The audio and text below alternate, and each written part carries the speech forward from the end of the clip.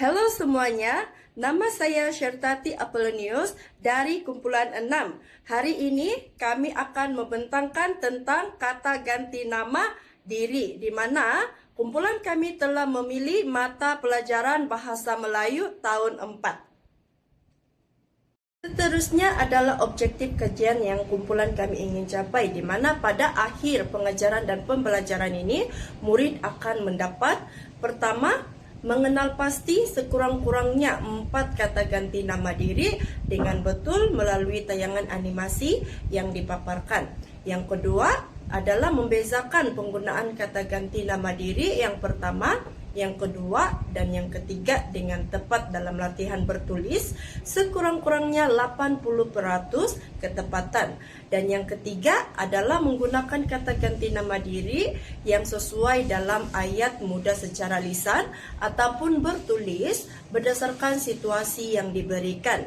Dan yang terakhir adalah mengaplikasikan penggunaan kata ganti nama diri dengan betul dalam satu perenggan pendek menggunakan melalui penglibatan pelajar dalam kuis interaktif. Seterusnya adalah pengenalan dan fokus kajian. Pada slide ini, saya ingin menerangkan tentang latar belakang kajian case yang dijalankan. Kaedah pengajaran yang efektif dan berkesan merupakan elemen penting dalam memastikan proses pengajaran dan pembelajaran dapat dilaksanakan dengan lancar serta memberi impak positif kepada murid. Dalam konteks pembelajaran bahasa Melayu bagi murid tahun 4, pendekatan pengajaran yang menarik dan berpusatkan murid amat diperlukan bagi meningkatkan penglibatan serta kefahaman murid. Oleh itu, kajian case ini memfokuskan kepada pengajaran topik kata ganti nama diri. Topik ini dipilih kerana kata ganti nama diri merupakan unsur asas dalam pembinaan ayat dan sering digunakan dalam komunikasi harian murid. Namun, berdasarkan pemerhatian awal, didapati sebahagian murid hanya menggunakan kata ganti nama seperti saya, kamu, dan dia secara intuitif tanpa memahami istilah, fungsi, serta pergolongan kata ganti nama diri kepada golongan pertama, kedua, dan ketiga. Keadaan ini menunjukkan bahawa murid mempunyai pengetahuan sedia ada secara tidak formal, namun masih memerlukan bimbingan yang lebih sistematik dan berstruktur bagi memperkukuh kefahaman konsep kata ganti nama diri. Seterusnya yaitu kaedah pengajaran dan hasil pembelajaran. Slide ini dia menerangkan kaedah pengajaran yang digunakan serta hasil pembelajaran yang diharapkan. Bagi menangani isu yang dikenal pasti, pengajaran dirancang menggunakan pendekatan interaktif dan pelbagai selaras dengan keperluan murid sekolah rendah. Antara kaedah yang digunakan termasuk soal jawab, tayangan animasi, lakonan dialog, latihan bertulis, dan kuis interaktif. Pada peringkat awal, guru akan mengemukakan soalan berkaitan pengalaman harian murid bagi mengaktifkan pengetahuan sedia ada mereka. Penggunaan tayangan animasi membantu murid mengenal pasti dan memahami kata ganti nama diri dengan lebih jelas melalui elemen visual dan situasi yang dekat dengan kehidupan seharian. Aktiviti ini disusuli dengan latihan bertulis dan kuis interaktif bagi membolehkan murid membezakan penggunaan kata ganti nama diri yang pertama, kedua, dan ketiga dengan tepat. Melalui aktiviti pembinaan ayat dan perenggan pendek, murid dapat mengaplikasikan penggunaan kata ganti nama diri secara lisan dan bertulis. Secara keseluruhannya, pendekatan ini bukan sahaja meningkatkan kefahaman murid, malah dia dapat membantu untuk meningkatkan keyakinan mereka untuk menggunakan bahasa Melayu dengan betul dan berkesan dalam komunikasi harian. Sebelum kita menyampaikan pengajaran dan pembelajaran di dalam bilik darjah, amatlah penting bagi kita untuk menyediakan sebuah rancangan pengajaran harian yang sesuai dengan topik yang diajarkan. Pertama sekali, apakah itu rancangan pengajaran harian? Rancangan pengajaran harian merupakan sebuah rangka kerja bertulis yang memperincikan aspek-aspek penting dalam menyampaikan pengajaran dan pembelajaran di dalam bilik darjah. Dalam kajian ini, kami telah mereka bentuk sebuah rancangan pengajaran harian bagi subjek Bahasa Melayu tahun 4 dengan tajuk kami iaitu kata ganti nama diri. Seperti yang anda boleh lihat, kami telah merangka RPH ini dengan menyatakan tarikh, hari, masa dan kelas yang akan kami ajar. Seterusnya, aspek-aspek penting seperti topik, tajuk, standard kandungan, standard pembelajaran, kemahiran teknologi masa kini dan aspirasi murid juga turut dinyatakan agar proses PDP yang hendak disampaikan lebih jelas. Dalam memastikan seorang guru mempunyai sasaran yang jelas, beberapa objektif dan kriteria kejayaan juga turut dirangka. Ia merupakan panduan kepada guru dalam menyampaikan PDP dengan lebih berkesan dan efektif. Bagi seorang guru melakukan aktiviti PDP dengan lebih teratur, amatlah penting bagi kita untuk merangka aktiviti yang mempunyai struktur yang jelas. Pertama sekali, kelas akan dimulakan dengan set induksi atau set permulaan. Set induksi amatlah penting bagi guru untuk mendapatkan pemahaman daripada murid mengenai tajuk yang hendak disampaikan, sebelum memberikan penjelasan yang lebih lanjut mengenai topik tersebut. Seterusnya, PDP akan diteruskan dengan set aktiviti yang memperincikan aktiviti-aktiviti yang bakal dilakukan sepanjang PDP bagi memperdalamkan lagi pengetahuan murid. Aktiviti-aktiviti yang dijalankan ini perlulah bersesuaian dengan murid dan kemampuan guru tersebut dalam mengendalikan PDP. Aktiviti akan diteruskan dengan aktiviti penilaian. Dalam aktiviti ini, murid akan diberikan penilaian dengan diuji melalui lembaran kerja yang akan diberikan. Beberapa soalan akan diberikan kepada murid dan murid perlu menyiapkan aktiviti tersebut di dalam kelas. Pada bahagian akhir rancangan pengajaran harian, guru akan membuat penilaian dan refleksi mengenai pemahaman murid. Refleksi amatlah penting bagi seorang guru untuk mencari solusi dalam membantu murid yang lebih lemah serta mengenal pasti teknik pengajaran yang efektif pada kelas yang seterusnya.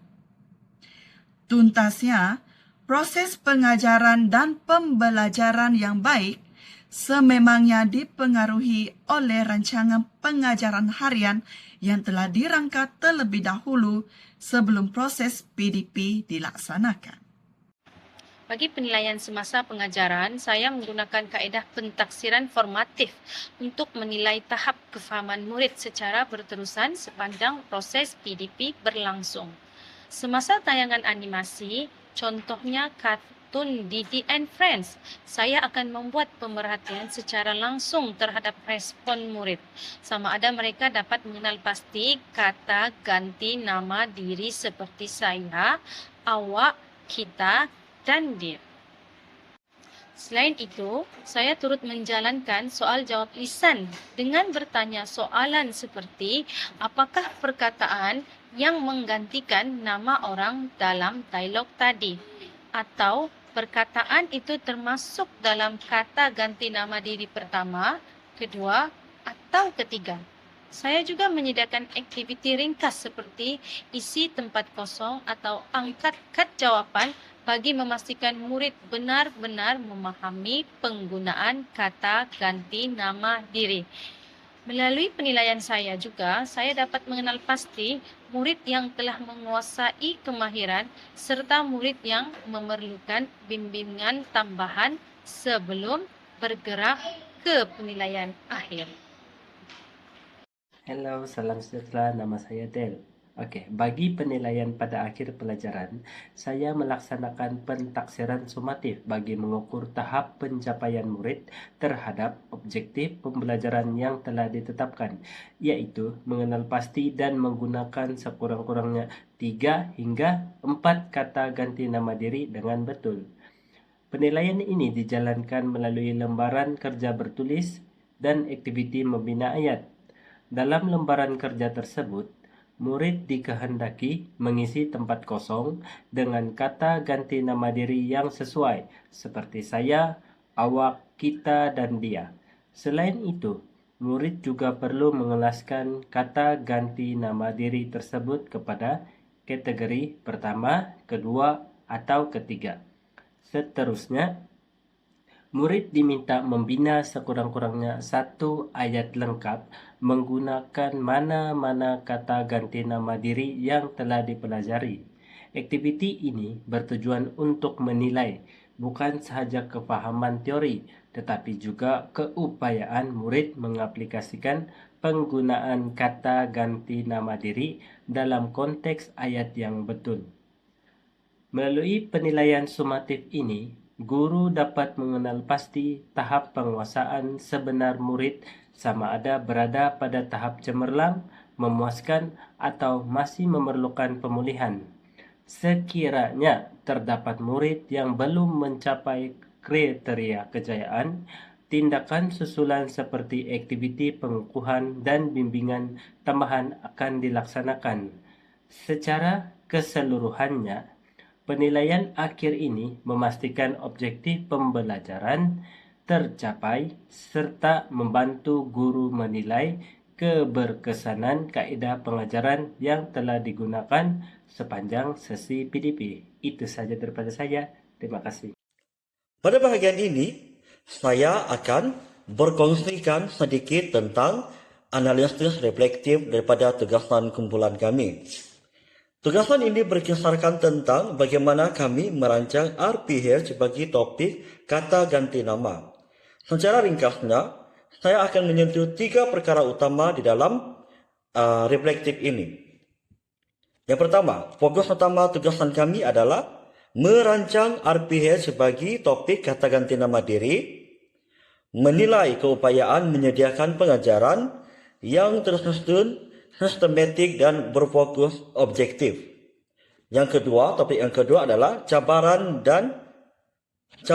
dalam perancangan, yaitu yang pertama, menjamin aktiviti bukan hanya menarik tetapi selari dengan objektif pembelajaran. Yang kedua pula, menyusun aktiviti supaya pembelajaran berkembang secara logik daripada asas ke aplikasi.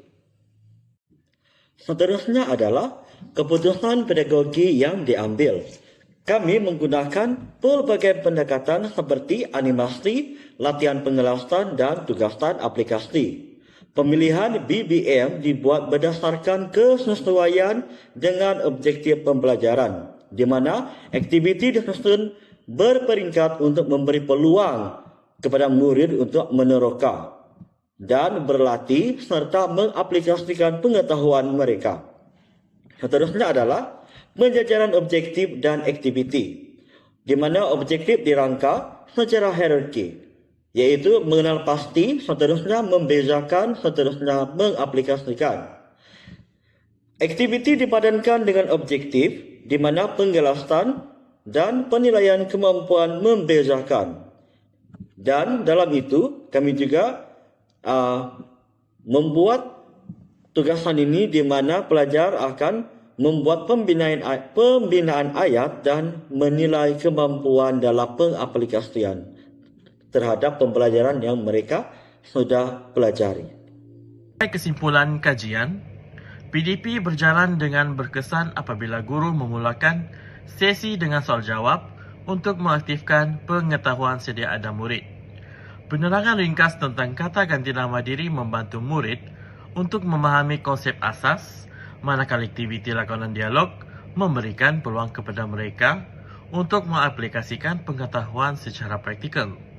Pendekatan ini menjadikan pembelajaran lebih mudah untuk dipahami dan lebih menarik.